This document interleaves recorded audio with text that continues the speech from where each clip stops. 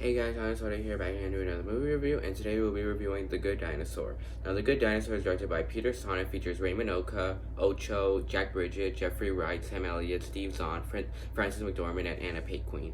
So, the plot of A Good Dinosaur is very simple. We follow back in the day when dinosaurs used to live, and so we follow with these I think they're brachiosauruses or I forgot what. I used to be a huge expert on dinosaurs back in my elementary and middle school years, but I kind of forgot most of the dinosaurs' name. But I remember Brachiosaurus, Diplodocus, and Argentinosaurus, I think, was the long-necked dinosaurs. But like, there's another species of long-necked dinosaurs that start with an A too. I forgot their names, but I know that that's what they are. And so like, they're the long-necked dinosaurs, and what was I gonna say? And so like, they it's like a family of the. I'll just call them I'll just call them Argentinosauruses. So it's a family of Argentinosauruses, and they all and they all have like a farm. Like they just live like next to the river in a farm, and so like they're just farming for food and to stay healthy and all this. Like that's what they do. And so there's like a family, so like it's like a family of five, a big father, a big mother, and then like three teenage boys, I think. Yeah, three teenage boys. One is named Buck. He's like he's like the biggest one from the kids, and then the other one is Libby. She's a girl, and like she's the middle child, and then there's Arlo, who is the youngest, who is actually the shortest one out of all of them. Like he's literally like very short compared to all the other ones. And so all the kids like all do chores. Like they all do something around the farm. Like Buck like takes out the fields, like the tree fields, and the leaves, and Libby the she waters the plants, and then Arlo he oh yeah, Arlo is supposed to feed the birds, like they're like pet birds, so he has to feed those. But whenever he does, like he's always so scared. Like Arlo's just this super scared dinosaur, and all his other family members are not even that scared. And so like he's like the coward of the family, and like whenever he tries to feed them, like it always goes wrong, and they always try to attack him, and he always runs away. Yeah, but like his dad is kind of like disappointed on saying like that's how his son is like, because the dad is like so brave, like he's so big, he's so brave, he's not scared of anything, and he can literally do anything. And so he wants his son to be like him and more. And he does not want his son to have fear in him. And so what was I gonna say? And so one day he tells him like, you don't have to do this chore anymore. Your job is to like take out this critter that's been stealing our food. And so once he tries to do that job, like he ends up letting the critter go, and then his dad sees that he did that, and so he's like, why would you let the critter go? Let's go follow him. Okay, I shouldn't say anymore after that. All I'm gonna say is like, because of this critter, like the next day, like the critter, like, I mean, not the next day, but like, a month later, the critter, he hates the critter so much, like he's still wanting to catch him. That's all I'm gonna say without spoiling it. And so with the critter, Arlo, like when he tries to catch the critter, he ends up getting lost. What was I gonna say? Oh yeah, so he ends up getting lost. Like he ends up falling into the river, and then the river takes him. Like he gets knocked out in the river, and then the river takes him far away from home. And so his dad always told him, as long as you can find the river, you can find your way home. And so yeah, that's basically the whole plot of this movie, is him trying to find his way back home, because he is super lost from his home.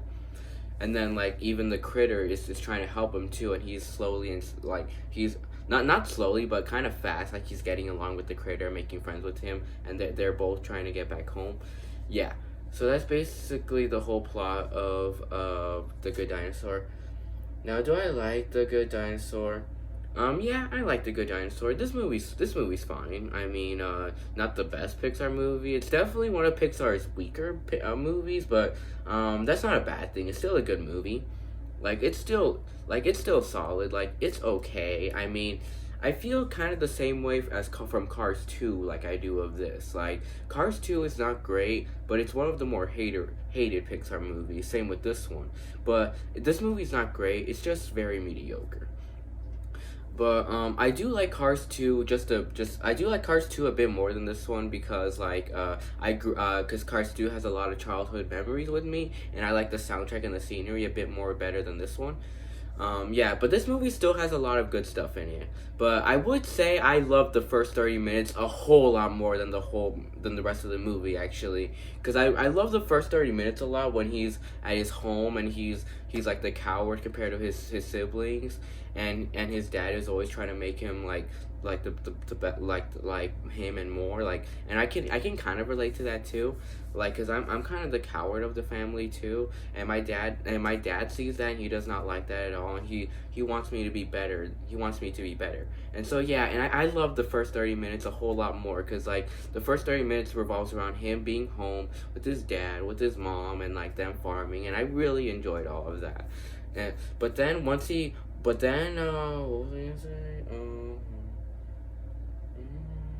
Oh yeah, but then once he gets lost, that's when the movie starts to like kind of like flop for me. But there are some scenes in in that whole storyline that I really enjoy, but there are a lot where I don't enjoy. Like like two major things that I don't enjoy. Like, it's the major things that I don't enjoy about that whole part. I would definitely say the second and third act really drag for me, but most of that being the two main major flaws with this movie. One being I do not like the pterodactyls in this movie, like the pterodactyls being the villain to this movie, but I did not like them. I thought they were like a huge waste of the movie. Like, the movie could have easily gone by without the pterodactyls. Like, they were, I don't know, like, I just never got into the pterodactyls. Care one I didn't care one bit for them actually. They literally like I did like they literally detracted the whole movie from me. Yeah, I did not care for the whole storyline with them trying to eat Spot, like Arlo's little critter friend, the human. I didn't care for that either. And this other part that I did not care two shits for was the whole T-Rex thing, like Arlo trying to help the T-Rexes with the raptors and the bull herd, and I don't know, like that whole part just really flopped for me. Like, literally, like that whole second to third act really detracted. Like, first it goes to the pterodactyls, and then it goes to T-Rexes, which I just thought literally the whole movie went so boring at that part. This movie does get really boring at times. Yeah, so those are my two major flaws with this movie, and I would say, like, the only thing I like from the T-Rex is that scene where they're in the fireplace and they're talking about their souvenirs and how fear is like nothing to take away. It's like fighting Mother Nature. Like, you have to, like, fear is something, but you have to overcome it, like, kind of like how you overcome Mother Nature, but you can't ever lose it. Yeah, but yeah, I like that scene a lot. That's the only scene I like from the T-Rexes. And I do like the actors that play the T-Rexes too, like what's his name? Sam Elliott plays the father, which I really like Sam Elliott's voice a lot. And Sam Elliott, that dude never ever ages. Like, literally in every movie he's in, he looks exactly the same. He never ages, and he's always stayed with the same wrinkles. Like, he's been old, but he's never aged with being like old. You know, like when you're 50 years old, you would look very different from being 50 years old to 70 years old, and he still looks exactly the same from the 1990s. Yeah, I just thought I'd quickly say that. And then, like, but I do really like the voice actors too, like the voice actors of these people, and I do like the person who voiced the main pterodactyl, Steve Zahn. He played the father in the Dive Will Be Kid movies, and he also played Ray in this movie, Riding Cars with Boys, that I really love. Yeah, so those are the only good things I would say about those people.